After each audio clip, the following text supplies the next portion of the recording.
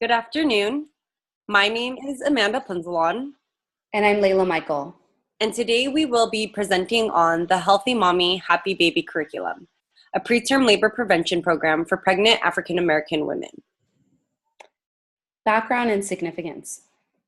Preterm labor is when a woman gives birth prior to the completion of her 37th week of gestation. This is a crucial time for the development of a fetus, especially the baby's lungs, liver, kidneys, and brain development. March of Dimes ranks the U.S. sixth among 15 countries, most of which are poor developing nations. In the U.S., the most vulnerable population to suffer from preterm labor is African American women ages 18 to 40. In comparison to other ethnicities, African American women experience the highest rates of preterm labor. This is due to an array of health and socioeconomic factors that the African American population face. Curriculum goals and evaluation. The overall goal of our curriculum is to reduce the prevalence of preterm labor among African American women ages 18 to 40. The curriculum uses both the health belief model and social cognitive theories to achieve this goal. Pre and post tests will be administered at the beginning and end of the curriculum session to measure whether or not the objectives have been met. These lessons will be held in a multi-purpose room in a local African American church on Tuesdays from 8:30 to 9 and will be conducted by a certified health educator. Outreach will be conducted prior to the start of the sessions through flyering at local businesses, churches, schools, Head Start programs, and community centers. Lesson 1, Prevention and Awareness. Learning objectives for this session are, number 1, participants will learn about preterm labor. Number 2, participants will be able to identify at least 5 ways of preventing preterm labor. Number 3, participants will become aware of the importance of early prenatal care during pregnancy. To achieve these objectives, we will be using the health beliefs model, perceived severity, and perceived benefits constructs, as well as the social cognitive theory, observational learning construct. The health educator will disseminate the pre-test to participants with survey questions on preterm labor, prenatal care, drug use during pregnancy, and prenatal nutrition. The health educator will lecture on preterm labor and the importance of prenatal care. Additionally, the health educator will pass out informational handouts on preterm labor and prenatal care to participants. And finally, the health educator will wrap up and conclude the lesson and remind participants of the next session on nutrition. Lesson 2 on nutrition and physical activity.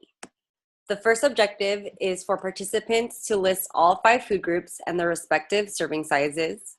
Number 2 will be for participants to put together a one-day meal plan, including all 5 food groups and their respective serving sizes. And the third objective is for participants to list safe ways to be active. To achieve these objectives, we will be using the health belief model's perceived benefits and self-efficacy, as well as the social cognitive theory's outcome of expectations. For implementation, the health educator will introduce MyPlate using a MyPlate poster along with the Tips for Pregnant Moms handout to review serving sizes during pregnancy. At the end of this discussion, participants will create a one-day meal plan using MyPlate guidelines on the provided handout. The health educator will then discuss the importance of physical activity and ways participants enjoy being active. The health educator will also demonstrate some exercises that participants will do along with the educator. These will be exercises that participants can do in the comfort of their own home with no equipment needed.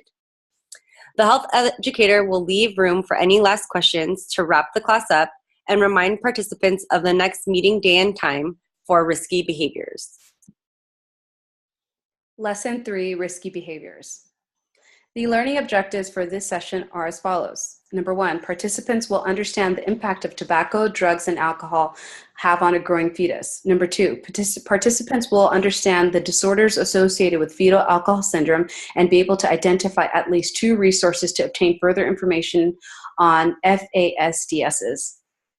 Participants will learn strategies to prevent illicit drug use during pregnancy. To achieve these objectives, we will be using the health belief models, perceived severity and perceived benefits construct, as well as the social cognitive theories observational learning construct. The health educator will lecture on how tobacco and drugs and alcohol negatively impact a baby's health.